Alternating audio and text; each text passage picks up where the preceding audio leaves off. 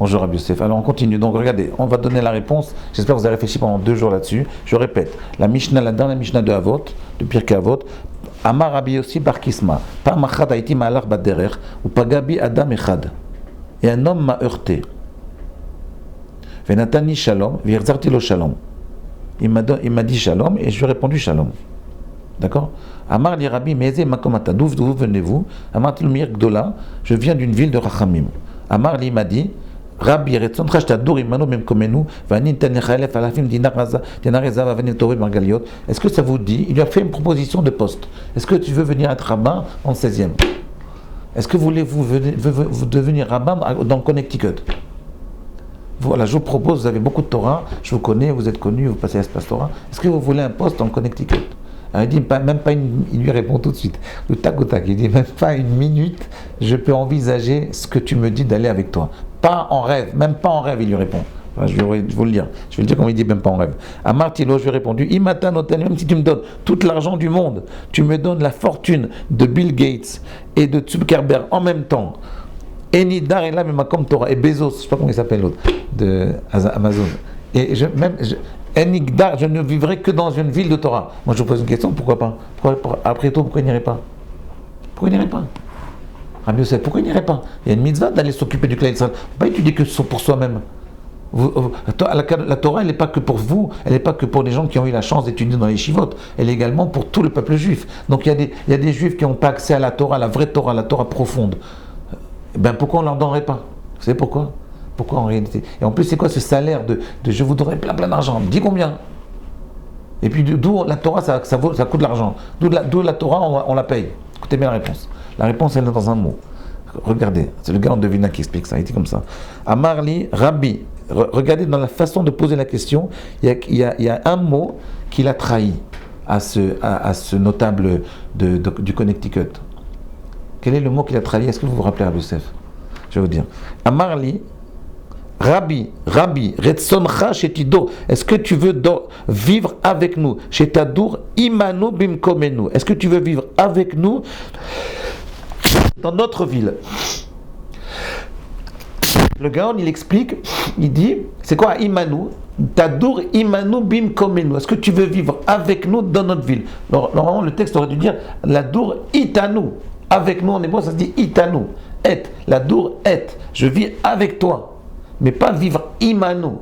Imanu, il y a un Tosfot, le gars, il ramène un Tosfot dans Brachot qui différence entre viens avec moi. Il y a deux, en français c'est le même mot, c'est avec moi. Venez vivre avec nous. Rabbi Yosef, venez vivre avec nous. Il y a deux façons. Il y a et, Itanu ou Imanu. Itanu, c'est vous venez et c'est vous le centre névralgique de la ville. S'il avait dit ça, il aurait dit oui. C'est parti. Ok, je vais là-bas. Par contre, il ne lui a pas dit ça, il a dit la dour Imanu. Imanu, ça veut dire que nous, on est les plus importants. Le centre névralgique, c'est nous, c'est les notables. Et vous, on a besoin d'un type qui s'assoit à côté du Sefer Torah, avec une belle barbe blanche, un beau chapeau, une belle veste. Et comme ça, on peut le regarder, on fait un kiff. Et ça, on paye. On paye l'extériorité du rabbin. Il a dit pas en rêve. Pourquoi? Je vais vous dire pourquoi. C'est là, vous voyez la différence entre l'intériorité et l'extériorité? C'est ça. C'est-à-dire, qu'est-ce que tu veux? La plupart des gens, ils ne veulent pas la Torah. C'est quoi un rave? Un rave, c'est quelqu'un qui vient t'enseigner la Torah. C'est pas quelqu'un à qui tu vas et tu regardes la belle barbe et tu te dis ah c'est sympathique, il va me faire une bracha et comme ça je pourrais gagner plus d'argent. C'est pas un rave ça. C'est pas ça un rave. C'est une vision complètement déformée, c'est une vision égoïste de la Torah. La Torah c'est bon je m'excuse, je vais me calmer un peu. Je vais me calmer Rabbi Yosef parce que je suis très énervé. Regardez, je vais vous dire quelque chose. C'est quoi un rave? Un rave c'est un maître. Un maître, par définition, c'est celui qui t'enseigne la Torah, qui t'apprend à réfléchir grâce à la Torah. Et même toi, même le Talmid, on dit que « Talmida yotam mikulam » quel est le plus grand enseignant du Rav? C'est les élèves, ce sont les élèves. C'est-à-dire que les élèves, c'est eux qui permettent au Rav de comprendre mieux la Torah. Moi, je peux vous dire par expérience personnelle, tous les cours que je fais, ils viennent par la puissance de mes élèves. Par l'écoute de mes élèves et les réponses, les questions qu'ils posent et les réponses qu'ils donnent à leurs questions, à mes questions, grâce à cette connexion entre le Rav et le Talmid, à ce moment-là, je commence à comprendre la Torah d'une façon différente. C'est ça la relation Rav-élève. C'est ça la différence. Donc vous voyez, un Rav, même un Rav, il a une extériorité, une intériorité. Si vous ne voulez que l'extériorité, et là vous êtes prêt à payer parce que l'extériorité ça vaut de l'argent. L'intériorité, ça vaut pas, ça n'a pas de valeur marchande. Ça dépasse toute valeur marchande. C'est ça un Rav. Un Rav, c'est quelqu'un qui a une Torah, qui va t'enseigner la Torah. Si un homme, il arrive et il te dit, bon, le rabbin, je vais l'utiliser pour prendre une bracha, pour gagner plus d'argent, ce n'est pas un Rav. C'est une utilisation néfaste de la Torah. Alors bien sûr, c'est pas interdit. On peut le faire. Mais il faut le faire en plus de la Torah.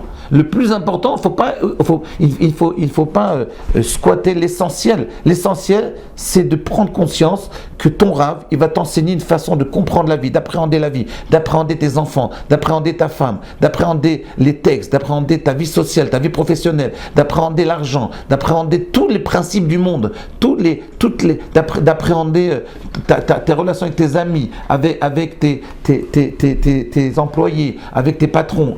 C'est ça que la Torah va t'apprendre. Comment je vais gérer, et surtout ma relation avec Dieu, et surtout la relation avec moi-même.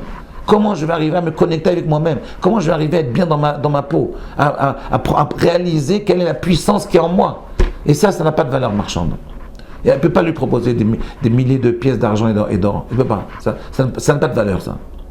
C'est ça c'est pour ça qu'il a dit non, le Rav. Il a dit non parce que vous voulez que mon extériorité, vous voulez que ma bouille. Ça, vous ne l'aurez pas. C'est pour ça qu'il dit non, même pas en rêve. S'il a compris, Imanu, regardez le texte, Imanu. La dour Imanu, venez vivre avec nous, mais qui c'est l'essentiel, c'est nous. Vous êtes là juste comme une image. Prenez une photo du coucher et du lever, et c'est bon, vous avez fini toute la journée. Prenez une photo du coucher de soleil, du lever de soleil, ça est fini. Pas besoin de... C'est le Rav, c'est qu'une photo, pas besoin. À demain.